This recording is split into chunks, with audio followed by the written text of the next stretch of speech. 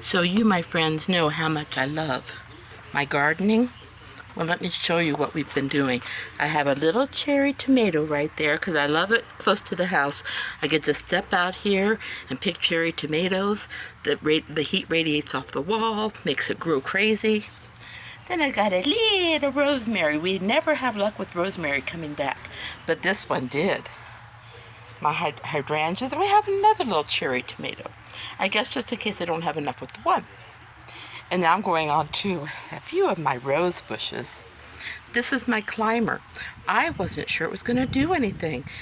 The other ones were greening up, and this one, nothing. My little daisies. Roses and daisies, my favorite flowers. Oh, I say that. Then I come around the corner and look at my violets. And another rose bush getting ready to bloom, won't be long. And peonies. Now this is one that came from, these peonies along here came from my mom's. My mom had peonies. There's a little ant trying to do its duty. It's trying to open up that peony. Then another rose bush. I have been out every day this year, and may I tell you, it feels so good because last year I wasn't able to do anything because with my right shoulder being so sore, if I got down on the ground, I wouldn't be able to get up again. This one I wasn't so sure about, but look at how it's coming up. I'm so proud of it. More peonies, and we went and we bought this little lavender this year because we had another one here, but we didn't have the rocks here last year, and the black plastic just came up with the wind and basically killed it. There's another lavender from last year.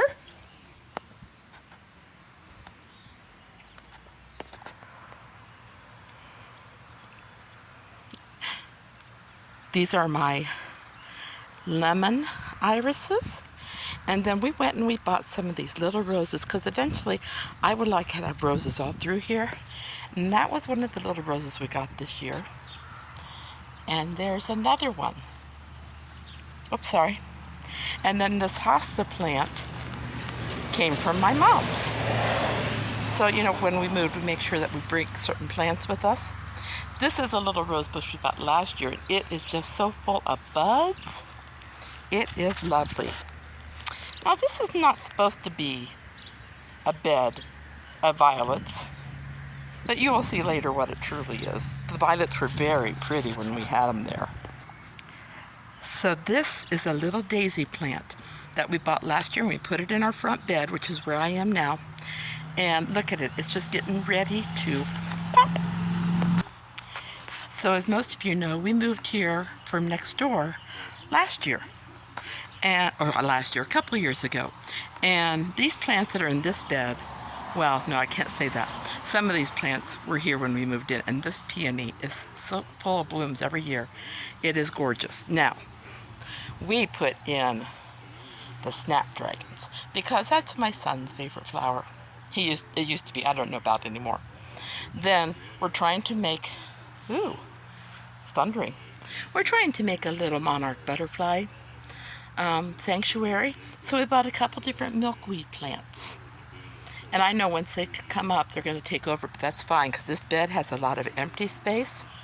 Then look here. This takes me back to visiting my grandma when I was little, because on the side of their trailer, they had a honeysuckle bush. And we would go out and wouldn't tell grandma because we didn't want her to get mad at us. And we would go out and eat the honeysuckle, take the end off and just suck on the, so lovely. Now I'm just taking you, this came up from last year. We had we had a annual flower bed, one of those mats that we put down, and this one came up from last year still. So that's cool. There's some more of the peonies and one of my birdhouses from Joe, when Joe and Geneva lived here. How about that? I'm gonna have so many peonies when those come up. Here is my strawberry bed. I call it my strawberry and my violet bed because the violets have taken over. But this year I've been able to get out here and get a lot. However, if you look down there, look at all that grass. And I can't be around the grass when it goes to seed. So we're thinking next year we're going to cut this patch down a bit and maybe get some ever-bearing strawberries, because these are June-bearing. But, yeah. And then if you look out here, there is my husband. He was out this morning and he was rototilling. I hope you can hear over his radio. He likes to have his radio on. But he was out rototilling that end of the garden today. And we're putting corn and beans, and then we have peppers and tomatoes and cauliflower and broccoli and beets and peas. I know it's a little late for peas, but you know. Yeah, so he's been very busy today doing that. Say hi, Randy. Good morning. So I don't know if I've talked about my peach tree before. This Geneva actually planted a seed, a peach pit, and nursed it, and it grew up. She had 2 of them. One was at the other end of the garden. And this has been an ample producer, but it's also getting old. And you can tell this year we had a windstorm and we lost. This branch came up in a V and we lost one of the branches, which means this branch is hanging like this. So if we get peaches on here, it's going to just knock that branch over. And you can see there's a lot of dead little branches and things throughout there. So we're thinking this may be our last year for this peach tree, but you know, it's been a good bearer. Our dear friend Joe planted grapes, and we have been able to, last year we had some wonderful grapes from here. Then here are some of our berries. We have black raspberry, red raspberry, and blackberries. And when those produce, see if I can get that. When they produce, oh my goodness, they give us so many berries. Now I want to show you some of our trees, our fruit trees. This is a little pear tree, and it was a 4-year-old stalk, so it's old enough to bear fruit. And I don't know if you can see that. Look, it actually was fertilized. I wasn't sure if it would be, but we might have a couple little pears. Whoops, sorry, a little close there. Couple little pears this year. That's cool. That farmer field. Yeah, that used to be a lot more trees, but they're putting a roundabout clear down there. You can't see it from here, but yeah, the farmer's lost some of his field, so he's cutting down some of the trees to make up for the land he lost, which is sad, but you know. This up here, this is my sweet little transparent apple trees. Not very many people know about transparents, but let me tell you, this one has been through the war. We had it, we started it next door, and when we moved, I told Randy, my transparent apple tree's coming with me. It's coming with me.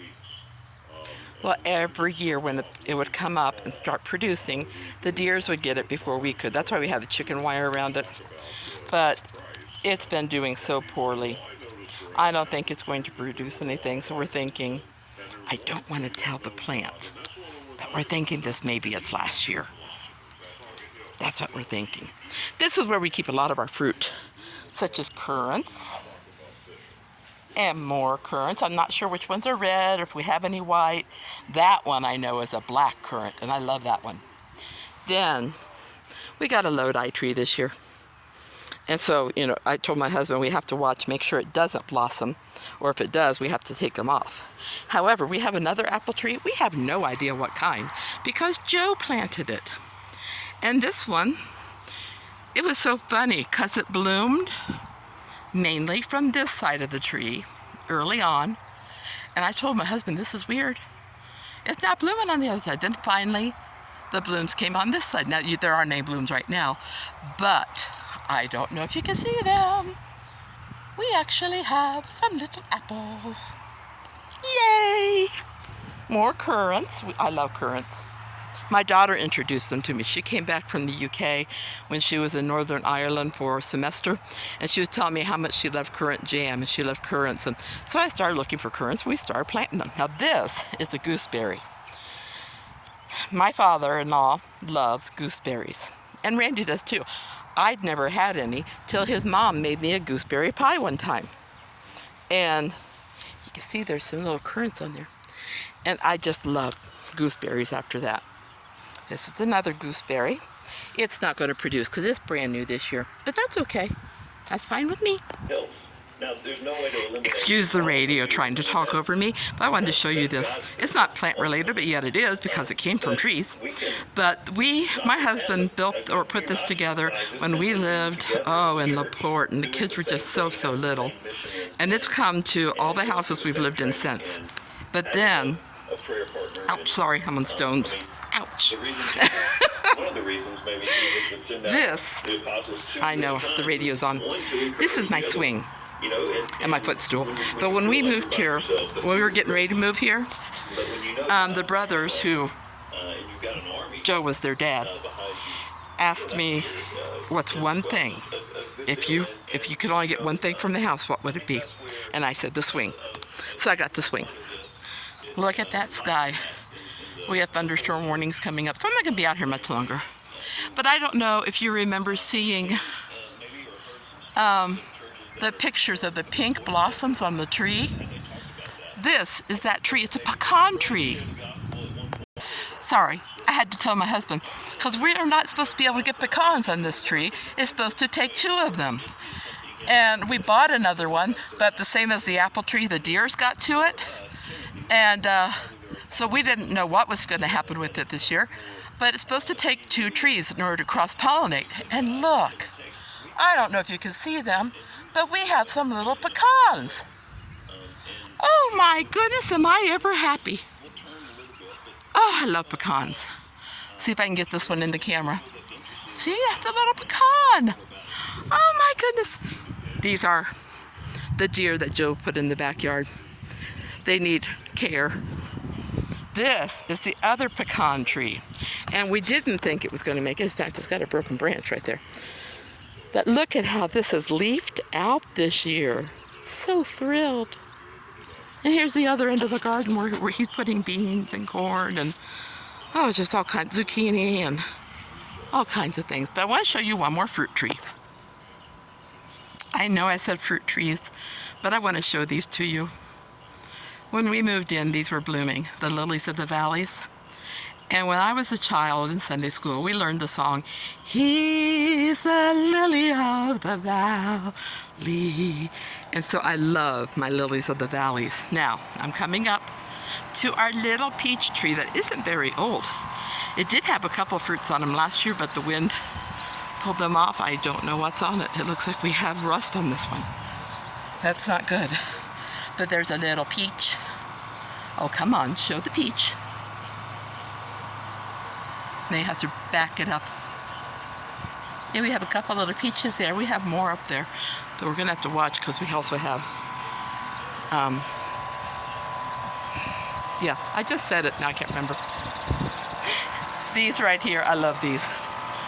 I was so glad that these were here. These are, we've always called them naked ladies because first you get the greenery, then when it dies down, you get this beautiful flower. And then look. My husband was in heaven when he saw all the ferns that Joe had put in here. He loves ferns. I'm working around. I just wanted to show you guys because I love my flowers, and this year I'm actually able to help take care of them. There's some more lemon irises. Look at these. I think these are hens and chicks with some thistle thrown in. But on this side, ignore the weeds, I haven't got there yet. I have a little rose bush. It has been a struggling little rose bush all its life. Butterfly bush. Coral bells. Look at my coral bells. I love them. Another butterfly bush. And man, last year we got we got all kinds of butterflies on these. I'm coming around the corner. Coming close to the end of my tour, guys. Another butterfly bush. Now for my roses. They've been so happy since, there's still some grass in here, but they've been so happy since I've got rid of most of the grass. All at once, they're just budding up and taking off.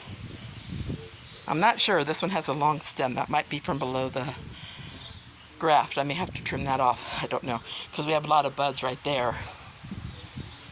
And more, another rose bush. Most of these came from Geneva because she loved rose bushes.